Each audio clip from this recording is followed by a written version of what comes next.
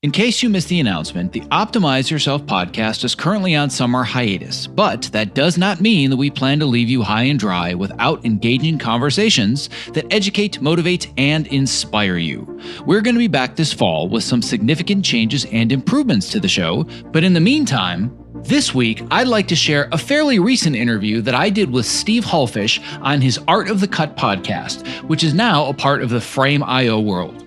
In this interview, Steve and I do a deep dive into my work as an editor on Cobra Kai, both creatively, but also how I strategically landed this as my dream job. We also talk about my larger career, what really drives me, and of course, we talk at least a little bit about staying active at the office, with just a bit of bonus talk about my training for American Ninja Warrior.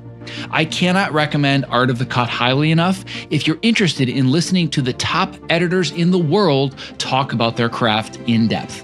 You can find it via your podcast app of choice or by visiting Frame.io Insider at blog.frame.io. And now, without further ado, my interview with Art of the Cut and Steve Hulfish.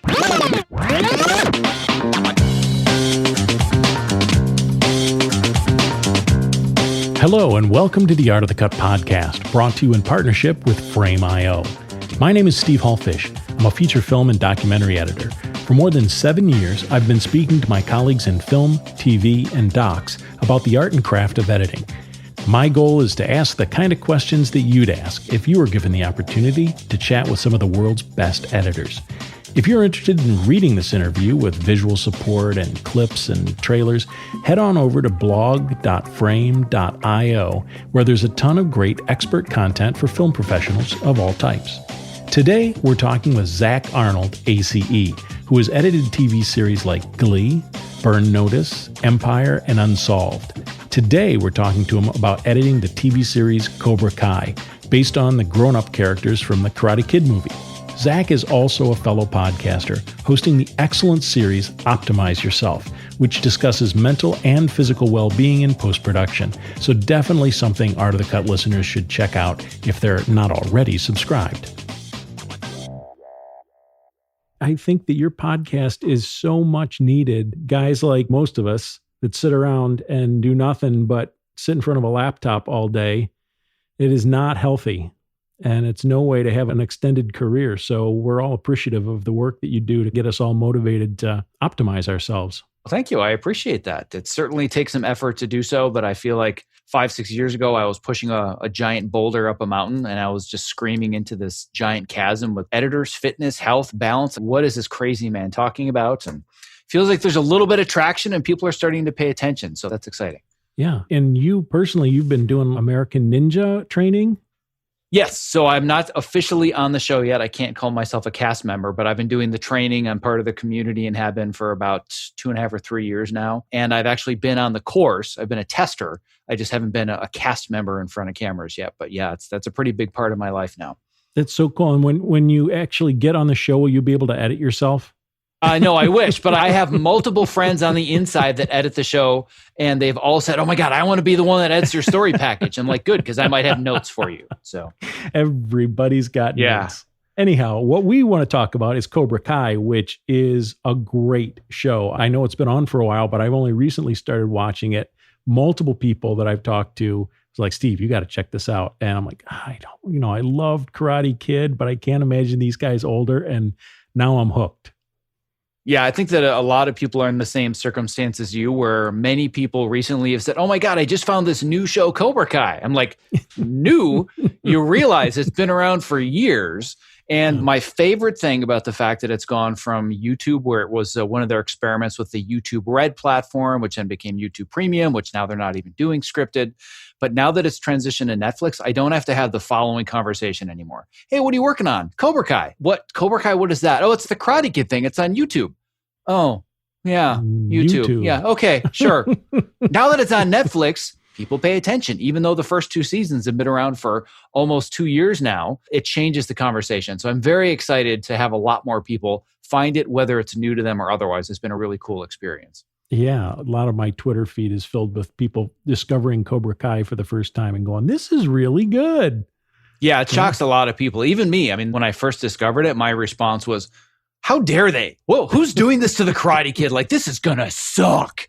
So that was kind of my first response as well. And clearly my tune has changed some. Whoa, tell me that story.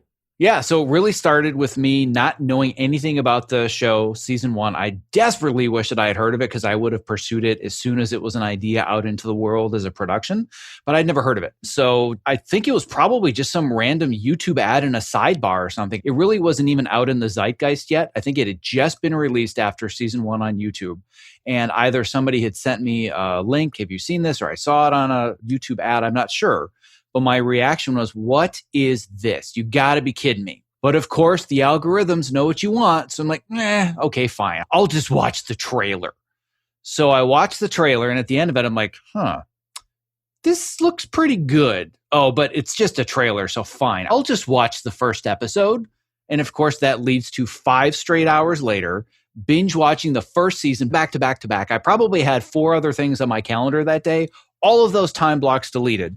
And I finished it and I said, I must edit this show. Whatever it takes, this is my job to find and my job to land, because there is no better fit for me as an editor. There's no better fit for all the things that I talk about as far as balance and reaching your potential. I'm like, this is the perfect blend between everything I talk about as the podcast host or as the person that runs Optimize Yourself and work-life balance, and all the things that I love to edit, which is action and comedy and montages. And who doesn't want to edit 80s style training montages? That is one of the things I wanted to talk to you about, because that is 80s style training montages. Absolutely. That was how it all started. Was I had discovered the show and I realized I want to be a part of this. And I started to go down the IMDb Pro rabbit hole thinking, how many people do I know on this show? And I just started scanning and scanning. I'm like, I don't know who any of these people are. I have no connections whatsoever. But then I dug even deeper. And there was one woman that was in the post-production department on season 1. She was listed, I believe, as either co-producer or associate producer. And I had worked with her on a pilot like 3 years prior. So we had a good relationship. It only worked together for like 6 weeks, but I really liked working with her. And I had said I'd always love to work with her again. So I just sent her an email. And I said, this show has got to be the best thing ever made. How exciting must it have been to work on this? Didn't ask for a job. Wasn't trying to say, hey, here's me. I just let her know how much I love the show. And she's like, hey, great to hear from you again. Yeah, it was really fun. I didn't work on it that much, but I really enjoyed my time on it. So that started the conversation. And then the next thing I did, having the platform that I do, I said, I've got to share this with all the people that listen to me and follow me. How can they not know about Cobra Kai? I must share it with the world. So I wrote like a 4,000 word article that wasn't a review. It was, here are all the deeper themes that you're probably missing in the show, using a quote and breaking it down and how it aligned with all of my philosophies with my program. And I sent her the link to that article. Clearly, I spent a lot of time on it. I rewatched the whole first season, probably took 2 full days to do it. And she said she absolutely loved the article. She passed it along to the guys that created the show. And the next email at some point was, are you available? Wow. All right. Well, then I guess I need to follow up on this. So I said, I will make myself available. Let's talk. I got the interview with the 3 creators of the show, did an immense amount of reconnaissance, learning all about them. I did a hot tub time machine marathon, Harold and Kumar, all the things they had done that made no sense connected to Cobra Kai, but I really wanted to crawl into their brain and understand, how do they tell stories? Why did they want to tell this story? Went into the interview and essentially got the job in the room. I love that story. And I watched the trailer for Star Wars and tried to do the same thing, and it didn't work out for me. Yeah, well, Star Wars, that's going to be a tough nut to crack. If I tried to do this on Cobra Kai today, it would be very difficult. But remember, I did it when it was just a quote unquote little tiny YouTube season 1 show. So I think I was in the right place at the right time and the right person that could provide the right amount of value to them. I do think there's a lot to be learned from your approach to this, though, because I love the amount of research that went into it, the thought process, and the fact that you didn't oversell yourself at the beginning. I think that's a big mistake that a lot of people make, is they think it's all about me. I have to prove to them I have all the skills. Look at me, look at my resume, make sure you take a look at my reel, watch this clip, and it's never about you. It's always about them. So I always go into this situation, whether it's trying to land a job as an editor, whether it's me trying to find any opportunity whatsoever, how can I provide value to this person first? And the way for me to provide value is to find out, what was it about season 1 that could have been better? And do I have the skills and the experience and the abilities to make season 2 even better than it was season 1? So I had that conversation with the producer, with the woman that I connect with. What do you know about season 1? What are things that I can bring to the table that you know about my skills? And then I also, like I said, did a lot of research about the guys that created the show.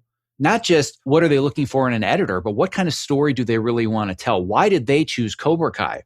And one of the key pieces that actually very coincidentally connects to what you said is they had said in multiple interviews over and over as a theme, for us growing up, the Karate Kid was our Star Wars.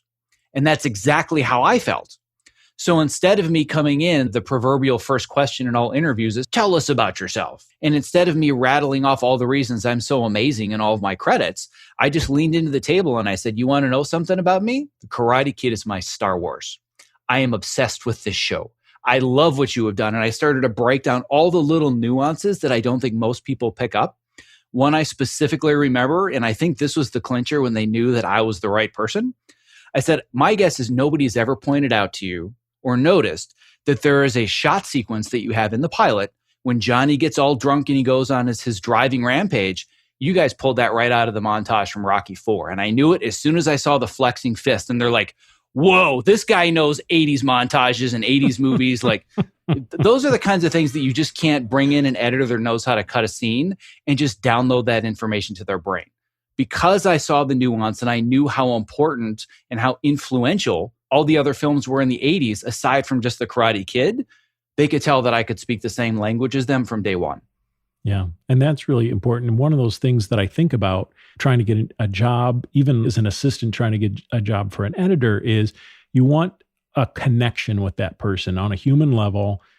Almost anything else is going to work, but it helps for them to know, I don't have to explain things to this guy. When I see the first edit, there might be things wrong with it, but at least he's got the zeitgeist of it, right?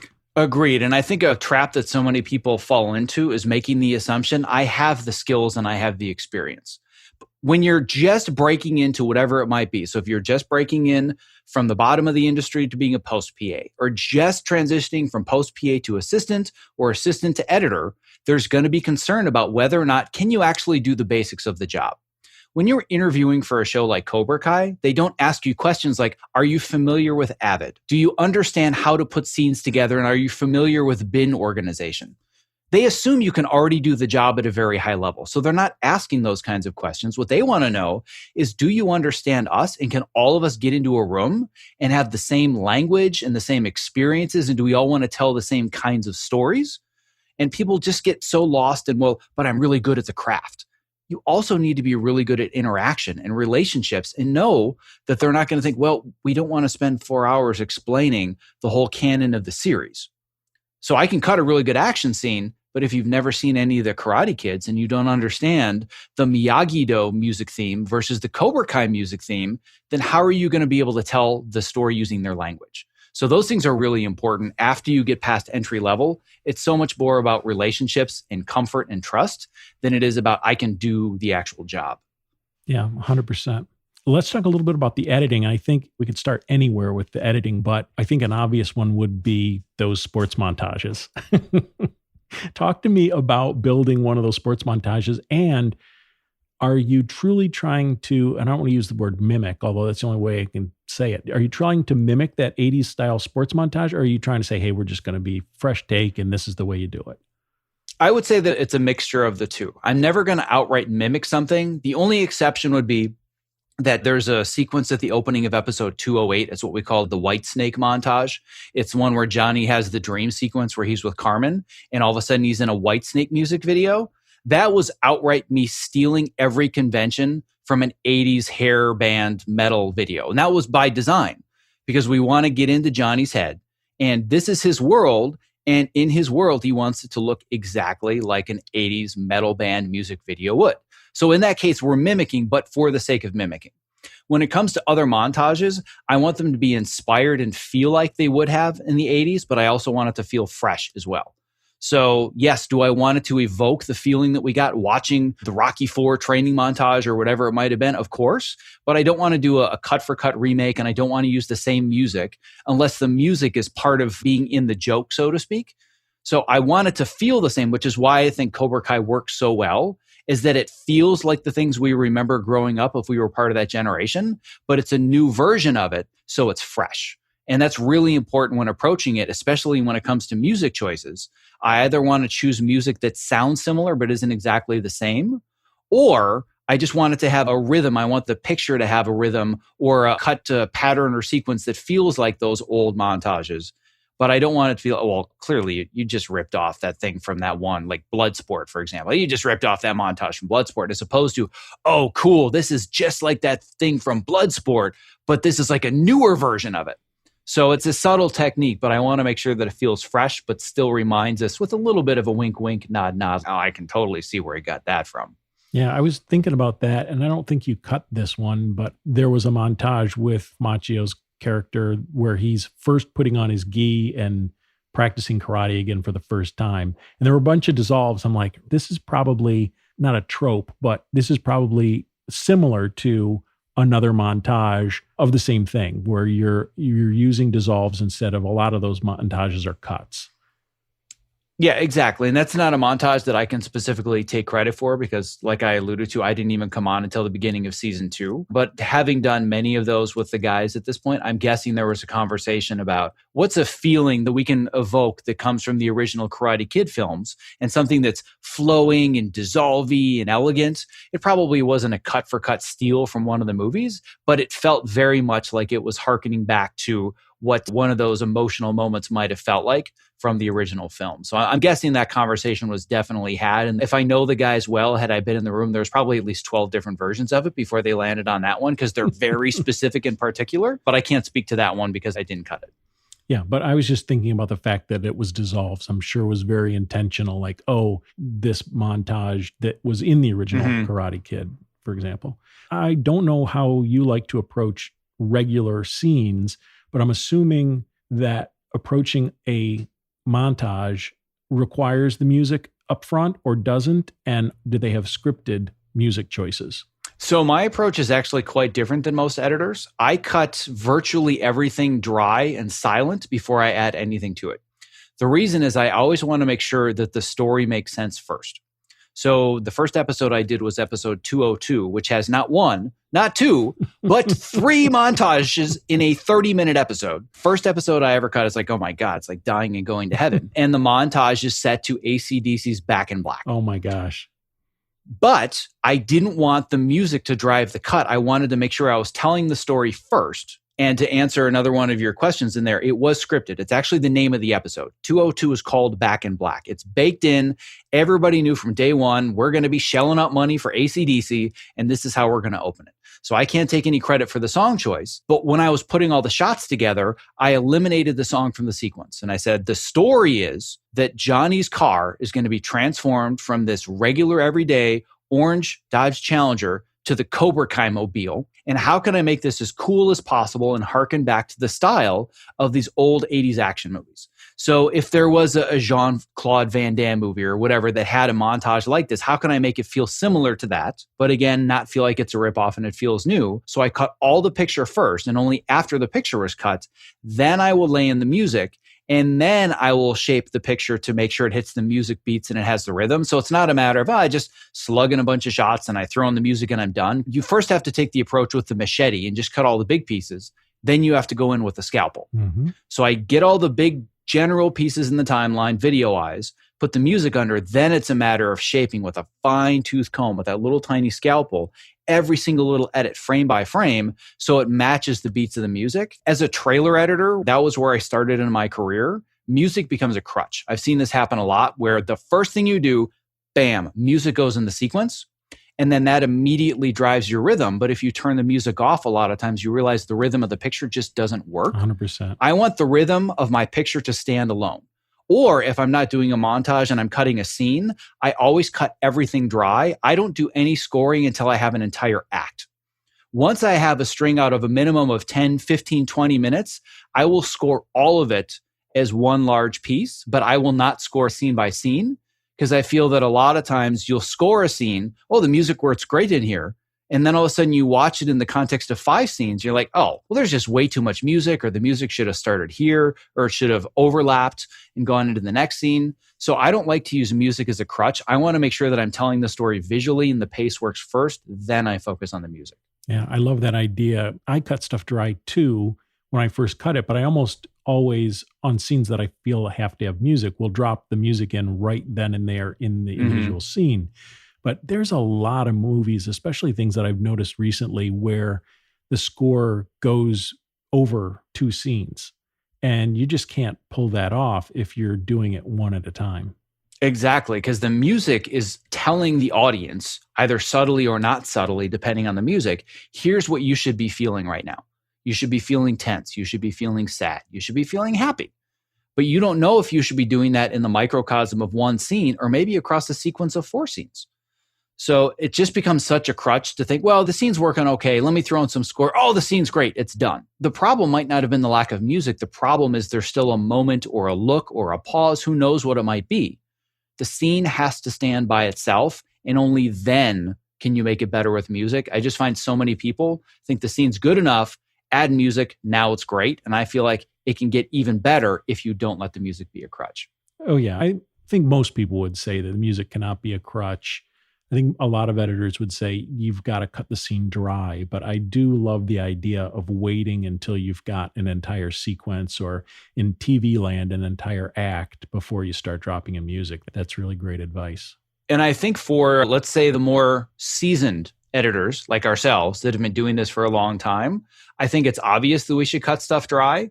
For the newer people coming up, it's a very common practice to always lead with music and build things from the music, just because media is so much easier to get a hold of, to just drag and drop into a sequence and try this and try that. So I find that especially with younger, less experienced editors, that's always the first step. They throw in the music. This drives all the work.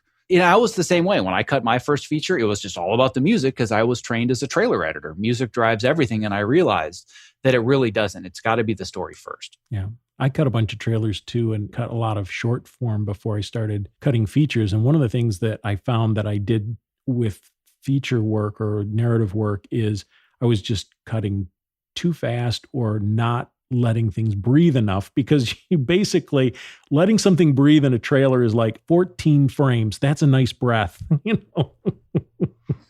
Yeah, I had the exact same learning curve, and my learning curve was these two things happening simultaneously. So the break that I got that transitioned me from doing short form trailers and advertising to doing long form features was a project that actually asked me to do both. At the time, it was an independent feature film. They were only halfway through shooting and they ran out of money. So what they needed to do was put together a sales trailer and a couple of sample scenes so they could take it to all the studios and all the investors and say, help us finish this film and distribute it. So through a connection of a connection of a connection, somebody knew that I was really good at cutting trailers and had won several awards, but I was also very young, i.e. cheap. So they said, we would love for you to put together this package where you cut a 4-minute sizzle reel of what we have so far and then just attach these 2 scenes. I cut together the promo. They loved it. Then I cut together the 2 scenes and they also loved them. But they said, we got to be honest. You got to slow down. We can tell that your scenes are cut by a trailer editor. They don't feel like scenes. They almost feel like a promo. So we love your approach, but it has to be different than the trailer. And that was my first aha moment of, oh, wow. I didn't realize it consciously, but the speed and pace and the rhythm that are just burned into my brain, it's not just something I could translate over. I have to step back and be much more conscious and develop much more objectivity, knowing that this has to be slower and it has to play like a scene, even though for 60 hours a week for 3 years straight, it had been all fast cuts and action and drama. That was a really big wake-up call and learning experience for me that I now still think about to this day when I go between mediums. Sure, I bet. And you definitely have to divorce yourself. I haven't gone back to cutting a trailer since I have been doing narrative, but I would have to go, okay, I got to pick things up a little bit here, right? You'd have to reset your brain. Yep. So it goes the opposite way as well. I went back and forth between long form and short form for years, and you just have to reset the switch. So I would start putting together a trailer and I'm like, oh God, this is slow. Like I'm letting it breathe too much. That's because I've been cutting scenes for 2 years. It's just one of those things where over time you learn how to flip that switch on and off. And it's basically like learning how to speak multiple languages at a time. Where at first, if you're going from English to Spanish or English to French or Mandarin, Chinese or whatever it is, it all starts to mix together until you get fluent at both individually. And I feel like cutting short form versus long form, anybody can do both, but they are different enough that they are different skill sets. And I don't want to go too deep down the rabbit hole of an editor can only do this thing versus an editor can tell anything. It's all storytelling. I feel like there's a middle ground. So just because you do short form, yes, you're an editor and you're a storyteller, but there are different skills that you have to learn, and it's a different language if you want to go from short form to long form or vice versa. One of the other things that I think that you need to learn if you're coming to narrative from anything else is also that longer idea of the entire story and that story arc that a lot of shorter pieces have minimally. Or if you've got a 3-minute piece, sure, it's got a story arc to it, but it's one you can kind of wrap your head around. And then when you get to the point where you're cutting a 2-hour film, that story arc is much harder to wrap your head around the hills and valleys of it and twists and turns. Can you speak a little bit to Cobra Kai and that longer form vision of where the story has to go and where it's coming from? Sure. I think that this applies to TV. It applies to features. Anything where, like you said, if you're working on a 3-minute piece, you can see the beginning and the end in the same 3 minutes. So you have the broad overview and you know the beginning, the middle, and the end. But when you're actually in production, you don't have that kind of objectivity. You can't stand outside of it and say, well, how does this scene fit into the larger whole? Because there is no larger whole because it doesn't really exist yet. And people would say that you've read the script, but that is just not it. Yeah, no, the film that you write is very different than the film that you shoot, is very different than the film that you edit and release. 3 completely different projects, but to stick with this idea of how do I maintain some sense of seeing the whole picture? I don't, because it doesn't exist. So the way that I look at it is that when I'm cutting a scene, the scene is the movie. All scenes have a beginning, a middle, and an end. So I want to make sure that I'm starting at the microest of micro as possible. What's the first shot of the scene? Great. So what's the absolute last frame of this first shot before I feel that I need to go to the second one and the third one and so on and so forth? So now I've put together a scene.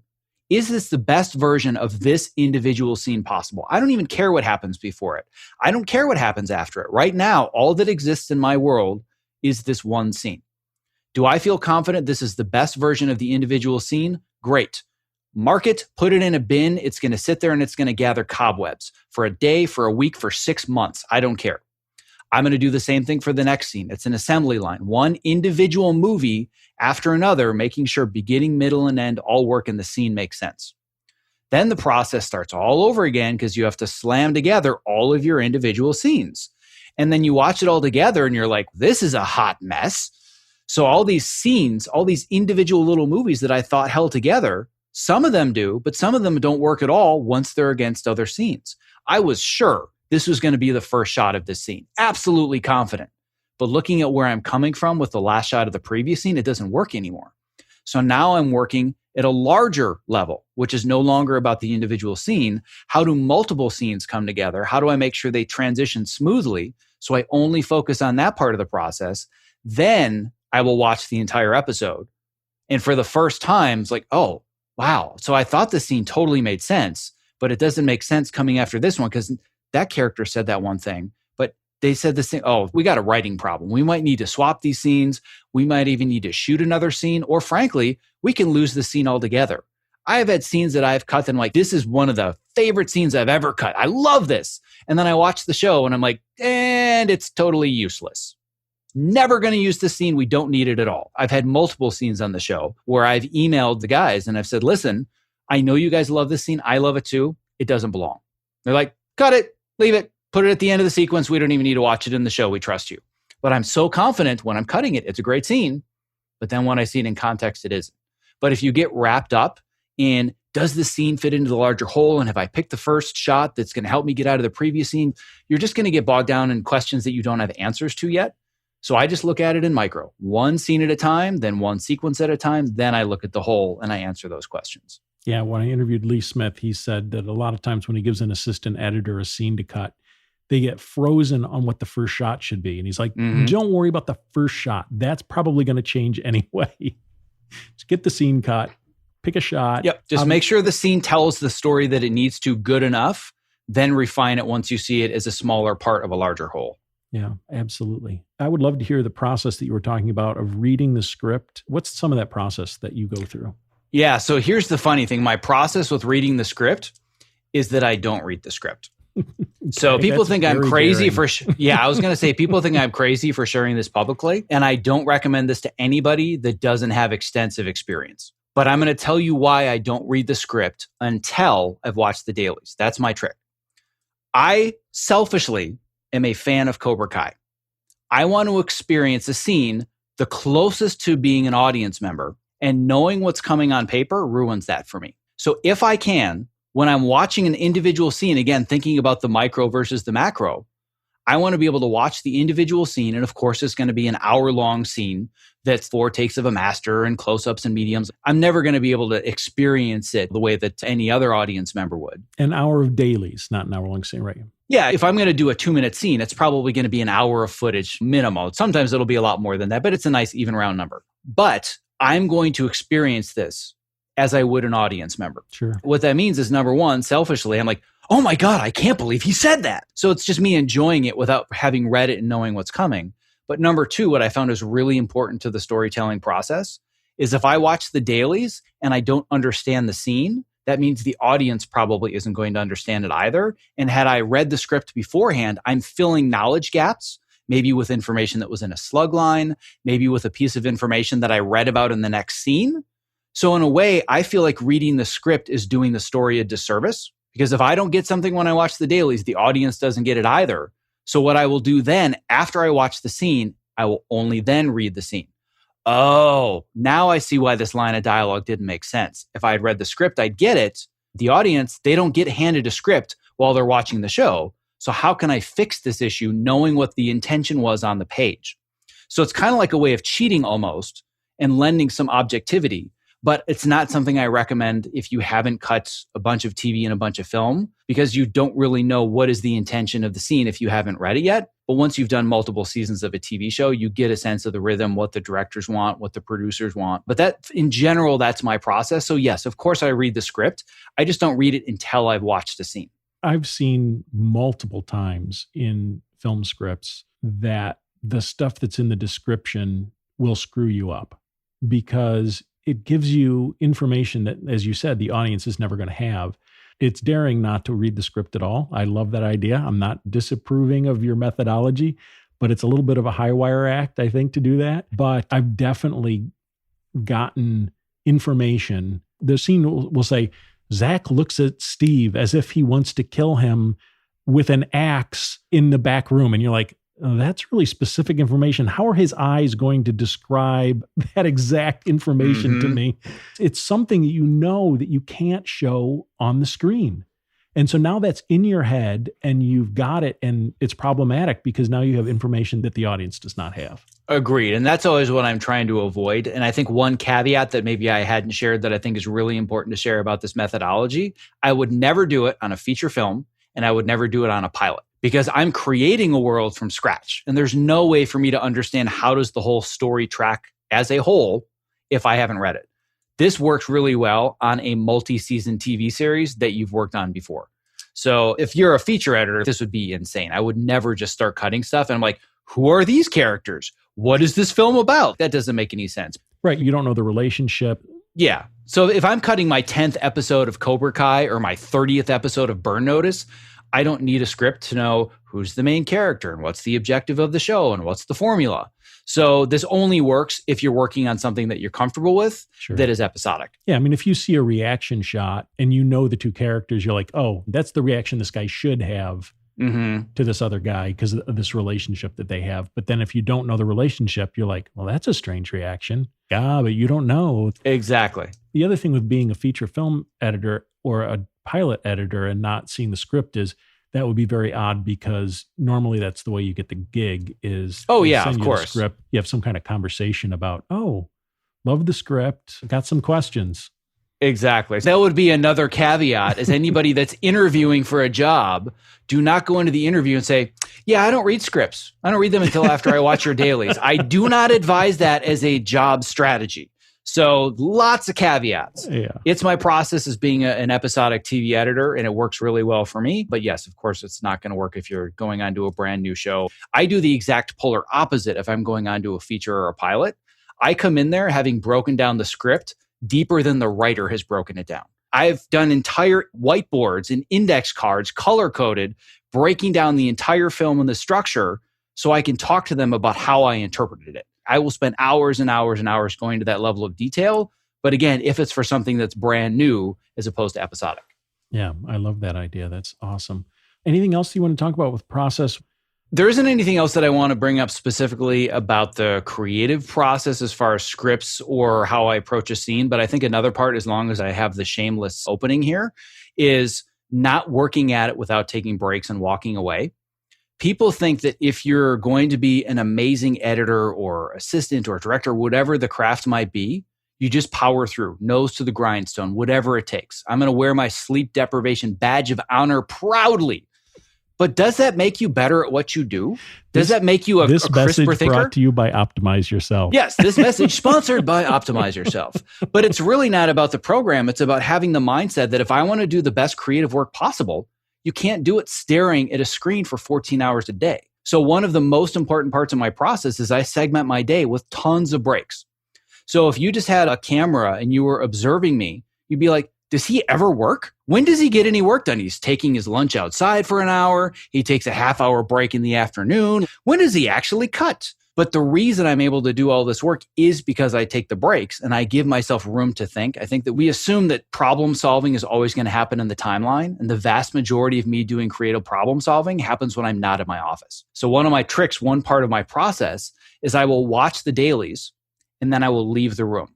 Or what I will do is I will watch the dailies, open the timeline for that new scene. I will cut together the first 2 shots and then I will leave the room.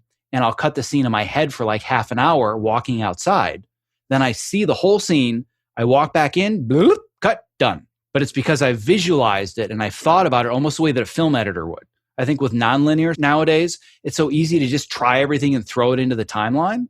But I think more like a film editor, where how can I do this in the least amount of moves possible to get to the end game? Because I don't have time to play around with the scene all day long. I've got 40 hours of daily sitting here that needs to get cut yesterday. So I want to be as effective with my time as possible. And 2 hours of breaks to take. Yeah, right? And all the 2-hour breaks. But I've had more than one evil eye like, why does he always get to go outside and eat lunch? As long as I get my work done and it's at a high quality, it's on time, nobody cares how I do it. And that's how I do it, is I take a lot of breaks and I give my brain room to breathe. Yeah. I just talked to somebody that said, I'll watch the dailies. And if I realize that I don't know what I'm doing, I just go home. I mean, not obviously at 10 o'clock in the morning, but you go, I'm going to do better if I just sleep on this. And sure enough, the answer will come to you in bed, in the shower, on the drive back to work. I've had so many ideas, either in the shower, driving and commuting, or doing dishes than any other place, because I can't do anything else. When you're in the shower, you can't be on your phone. You can't be checking the Twitter feeds. You can't be getting all your notifications. You really have no choice. And if you have a waterproof phone so you can use it in the shower, stop doing that. But if you're doing the dishes, same thing. It's harder to be distracted. Sometimes I'll make it a point when I'm commuting to not have a podcast, not listen to the music, not listen to the radio, and not be on the phone. It forces me to think. And I'll be like, oh, what's that one shot? Like, I can't crack this one montage. What am I? Aha, I know the shot. And it's like I run into my edit bay to fix it because I've solved it in my brain. That saves time. And it also saves energy because you're just not stuck sitting in front of your computer forever. Nobody solves a problem staring at a computer, beating themselves up. Yep, absolutely. And I just want to let everybody know that Zack is standing during this interview. And it's my 3rd interview today after doing a 2-hour coaching call. So I think I've been standing in this position pretty much for the most part since 8 a.m. this morning. So it's been about 7 hours straight in this one exact position. So yes. That's good. And are you on a topo mat? What's down there? Topo mat. I live on, there is no surface that I live on more in my entire life than a topo mat. So yes, I am definitely standing on my topo mat right now as we speak. And I'm so glad you brought that up. Thank you. I bring my dog to work, luckily, Stella. And I brought her bed with me to work, and she sleeps on the topo mat. That's my cat's favorite place. Every morning I come in, she's sitting there sleeping right on the topo mat. So yes, it doubles as an animal bed. It's great. Makes foot placement tricky, but yeah. Yeah, a lot of times I'm like, okay, are you going to move? Come on, got to work now. Thank you. I want to step on the little ball thing in the middle, Stella. You're sleeping on it. Exactly. I love it. So we talked a little bit about structure. Tell me a little bit about the process that happens once you get your assembly done. What happens from there to getting a delivered show? What kind of collaboration happens? What kind of realizations do you come to watching things in context and getting yourself to a final cut? Sure. So one thing that I'll clarify right off the bat is that I don't deliver an assembly. So I know that this can be a little bit of a contentious term and everybody has their own processes. I deliver what would be a broadcast quality first cut. It doesn't have final visual effects in it because obviously that's not worth my time to be doing those. But otherwise, as far as the quality of the edits, the level of tightness, the music edits, the sound effects design, if I were to show this to any audience member, they'd be like, oh yeah, this is the finished version, right? I don't believe in assemblies anymore because we don't have the time, the way that we did 10, 20 years ago, to really dig into all the footage and find the nuance. And all right, so we had this blank canvas. We started with this assembly. Now let's shape it. Ain't nobody got time for that anymore. So what I want to do is say, here's what I believe is the best version of your show. Now it's your turn to rip it to shreds and make it better. And that's exactly the process on Cobra Kai. I've never been on a show where I get noted more than this one, but I've also never been on a show where I agree with the notes more. So you'll get pages and pages. And I've seen multiple new editors that have come on the show since me. And I'm just waiting for them to hand in their first editor's cut because they have no idea what's coming. And you just see this look on their face. They're like, I heard back from them. It's so many notes. Yep. Welcome to Cobra Kai. But if you agree with them and they're great notes, I mean, that's one of those things that I think young editors probably hear you say that and they're like, that sucks that you would have that many notes. Not necessarily it's your fault, but they're like, those stupid network executives or whatever. Obviously, it's not network execs at that point. Well, that's a different process. We'll talk about those notes. But as far as the internal notes. Right. The internal notes, that's still the same thing. But for you to love those notes is great. One, that the producers and writers are so eloquent and in tune with their own product, but also to be able to set your ego aside and say, these are great notes. Yeah, I'm happy to make these changes. And it takes years of experience to get to that point because I also was the young editor that would get the notes and my immediate response is, well, you don't know this material as well as I do. This is the best version of the scene. You just don't know it yet. So I was very closed-minded for a while and had a lot of that ego, but I learned over and over and over that as people chipped away at that, they kept proving me wrong. Oh, I thought that was such a dumb idea, but the scene's better now. And I almost didn't let that happen. So now I will embrace any idea that comes along. And it's not to say that I love every single note on Cobra Kai. There are certainly some head scratchers and like, really? Okay, fine. I'll show you what it looks like. But what I love about the notes on this show specifically is they know exactly what they want. They know their show and they're going to do whatever it takes to get there. I've been on other shows where they note for the sake of noting, or they note for the sake of trying to fix something that really can't be fixed. We're like, this is what we were supposed to shoot. That's great. That's not actually what you shot and that's not what, but that's what it's supposed to be. It's let's embrace what we have and make this the best version. And these guys get that. They'll just come in and say, listen, I know that you had this big giant sequence that was in the script. Because of X, Y, and Z reason, I got you like a third of what you need. But I loved what you did with it. Now, is there a way that we can get it a little bit closer to the original intention, but knowing that this is what we have? They're never going to force you to jump through hoops just for the sake of jumping through hoops. So I love working with people where I know that the vast majority of the notes are ending up making it better as opposed to just busy work. That's where I get really frustrated. Well, it's like, this is just either at best a lateral move or more likely moving backwards. And I don't want to waste time doing that when I can make it better, but I'll read the 7 pages of notes. I'm like, damn, they're right about all this. All right, time to get to work. So to me, I love that part of the collaborative process. The thing is, though, even if you didn't love the notes or you don't love some of them, you still have to show them. And it's a way for them to also go, oh, I envisioned my note working, but yeah, Zach's note is better. You still have to do it. You can't just convince them otherwise. You've got to show them otherwise.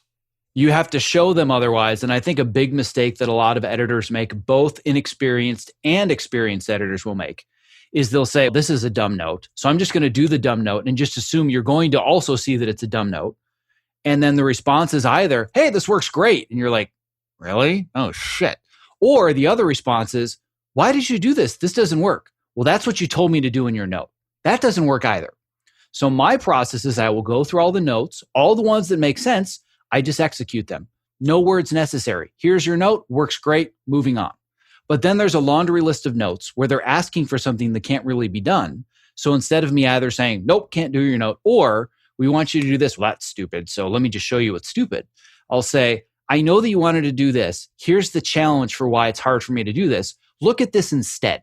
They'll see that I took the effort to not just discount their note, but say, this is really going to be hard to execute, but I think this might be an alternative that works better. That is what builds relationships with collaborators, directors, producers, showrunners, is when they know they can trust you to not only execute their notes, but oftentimes execute a better version of the note than they thought they could get, but also solve problems without being the one that just complains about, oh, well, you told me to do the stupid note, so here's your stupid note. See, told you it didn't work. Nobody wants to work with anybody like that. Exactly right. It shows that the work of an editor is done so much outside of the timeline, outside of the keyboard.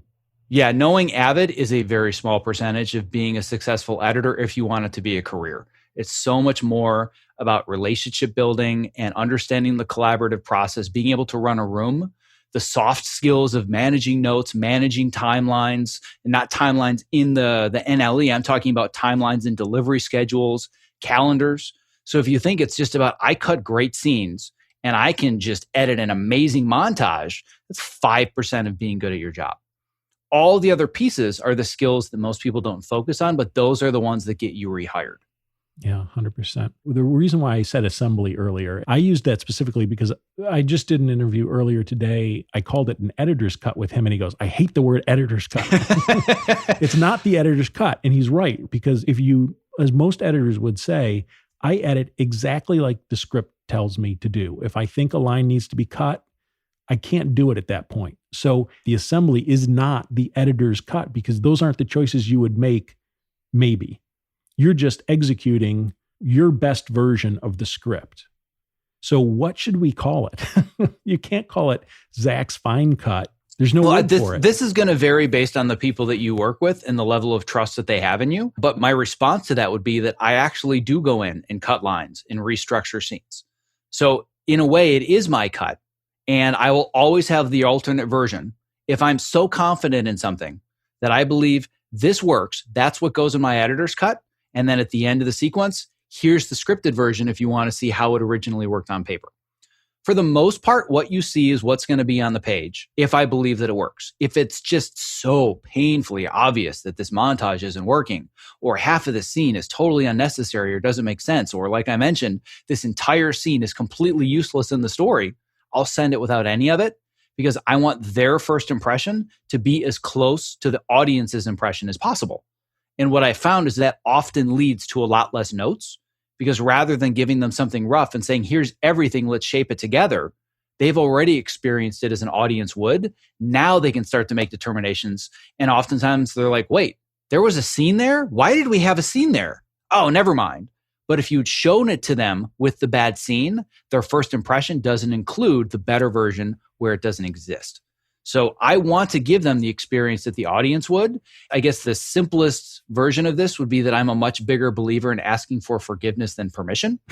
And that takes a little bit of confidence. And again, I probably wouldn't do it with somebody that I hadn't worked with before, but it's always a conversation that I'll have with new collaborators. What is your expectation of this first cut? And I had it with the guys on Cobra Kai. Do you want me to just give you exactly the script that you wrote? Do you want me to not cut anything, no restructuring? Or do you want me to give you what I think is the best version?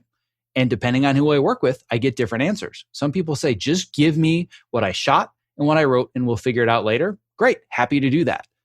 But with Cobra Kai, they're like, you show us what you think the best version of this episode is, and we're going to find it together later. And as a collaborator and a creative, that to me puts me in a position to succeed rather than feeling like I'm just giving them what they want, but I never get my cut.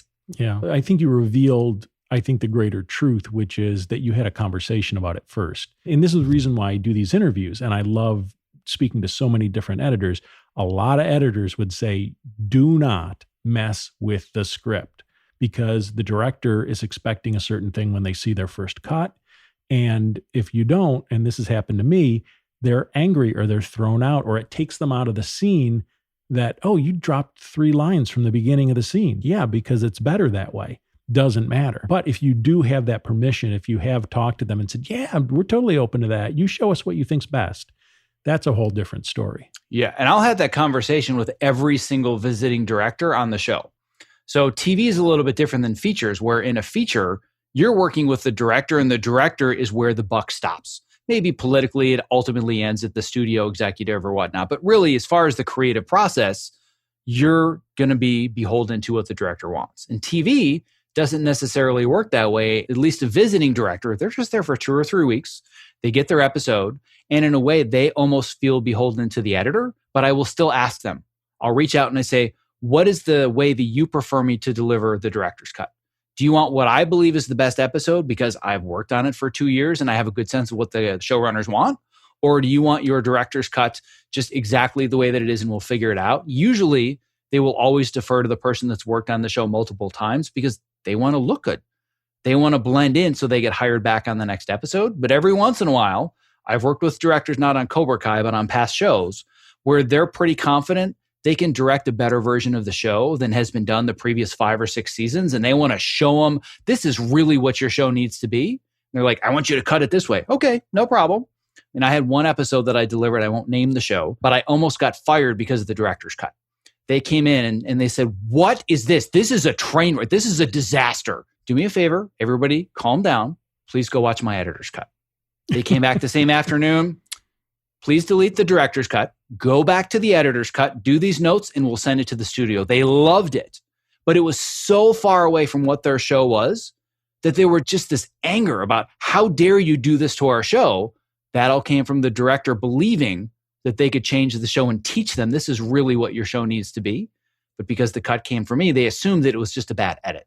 And I've had that experience more than once, but I'm always going to defer to what the director wants, but I'm going to make sure that I have my version ready to go as well. Yeah, that's the tricky thing with TV compared to features is that you've got this director that you have to deliver a director's cut and they don't know the show as well as you do. And so if I ever directed TV, I would tell the editor, yeah, let's go with your version instead of my version, because that gives you more time, because those guys only have, what, like 4 days? Yeah, they've got 4 days tops. I mean, on a show like ours, we give them 4 days. Technically, it's only 2, because in some absurd world on paper, Cobra Kai is a half-hour comedy. So they only get 2 instead of 4 days. But in general, they'll usually get more than those 2 days if they need them. But what I will do, if I know that I have a director that knows that they don't know, and they want to defer to me because they want to deliver the best version of the show, great. Then I only have the one cut. But when I have the directors that come in that really want to prove their stuff, I'll do my cut first. I'll leave it in a bin. And then whatever all the things they've asked for, I will make sure I find or prioritize extra time to give that to them, knowing that I always have the backup. Because if I'm cutting a montage and they're like, I want you to use Whitney Houston. Okay, sure. Happy to show you the montage, but I know what's going to happen. It's going to go to the producers like, what in the world is Whitney Houston doing in this montage? Just give me a second. Let me show you my version. Oh, okay. Whew. All right, we're good. White snake. Yeah, exactly. So I make sure that if the case arises where I know I'm doing something they're absolutely going to hate, I always have a backup. Yeah, that's very smart thinking. Anything else on process? I am interested in this idea of how shows evolve from, we'll just call it the Zack cut, to the end studio cut. What goes on, especially if you can give an example of what are some things that change? What are some notes that are given? What's that evolution like? I think that it's really hard to go into the nuance of it too much without talking about a very specific moment here or there, but it's going to be a smattering of anything from don't like this one performance of this one line to this whole scene is slow to different piece of music here. And if we're going to look at the macro again, as it applies to this process, I'm here to shepherd the vision that somebody else had. It's not, here's my version of Cobra Kai. It's, I'm here to help you realize your vision of Cobra Kai. But at the same time, there's a lot of cooks and a lot of kitchens. And I am the filter through which all of those notes come.